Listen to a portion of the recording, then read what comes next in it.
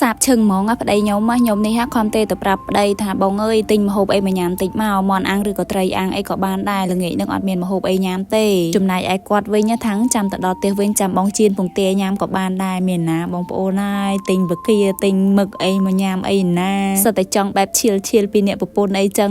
តែស្ដាយពីអ្នកប្តីប្រពន្ធនេះអត់មានចេះអាជាអីគេនឹងសំបីតែមិនតិចទេខ្លួនឯងអត់ចេះញ៉ាំបកាពិតមែនប៉ុន្តែពេលឃើញពេលអាំងសាច់ឬអាំងបកាអាំងមឹកអីចេះនិយាយថានឹកឃើញម៉េះបងប្អូនហើយឃើញអាពេលដែលគេចាក់អាទឹកនឹងមកគេជលកែវគ្នានិយាយថាខ្លួនឯងនេះនៅសម័យដល់ណាដល់ណីទេកាលខ្ញុំធ្វើការនៅស្រុកសៀមខ្ញុំធ្លាប់ញ៉ាំស្រាជាមួយគេដែរប៉ុន្តែពេលហ្នឹងពេលខ្ញុំញ៉ាំស្វឹងហើយបងប្អូនហើយខ្ញុំមានអារម្មណ៍ថាដូចគេចាប់ខ្ញុំដាក់ក្នុងដបហើយកលុកខ្ញុំចឹងផែនដីវិលអស់លីងហ្មងសំបីថ្ងៃការខ្ញុំញ៉ាំអស់តែមួយកែវឲ្យគត់ហើយបើនិយាយពីទឹកជ្រលក់របស់ខ្ញុំវិញបងប្អូនហើយខ្ញុំបុកខ្លួនឯងនិយាយថាជាតិនោះជាតិដែរទឹកជ្រលក់ហ្នឹងគឺខ្ញុំយកទៅលាបជាមួយនឹងមឹកបន្តិចប៉ុន្តែបកាគឺខ្ញុំអត់លាបទេខ្ញុំលាបជាមួយនឹងមឹកហ្នឹងដោយសារតែខ្ញុំចង់បានពណ៌វាតិចកុំឲ្យវាស្លេកពេកបកាហើយនឹងមឹកហ្នឹងប្តីខ្ញុំក៏ទិញមកកន្លះគីឡូតម្លៃគេដូចគ្នាអញ្ចឹងទៅគាត់មិចចូលគ្នានិយាយពីថាបកាហើយនឹងមឹកគេហ្នឹងស្រស់ល្អបងប្អូនហើយអាំងហើយនិយាយពីថាជាតិនឹងផ្អែមហ្មងសាច់វាប៉ុន្តែអាពេលកំពុងតែអាំងហ្នឹងប្តីខ្ញុំគាត់ឆ្ងល់ថាមិនបានពេលឃើញគេអាំងបកាអាំងមឹកនឹងលក់អាមឹកហ្នឹងមិនអានឃើញពណ៌លឿងតែពេលយើងយកមកធ្វើខ្លួនឯងចេះមិនវាអត់លឿងខ្ញុំក៏បានបកស្រាយប្រាប់ទៅតាមហ្នឹងទៅ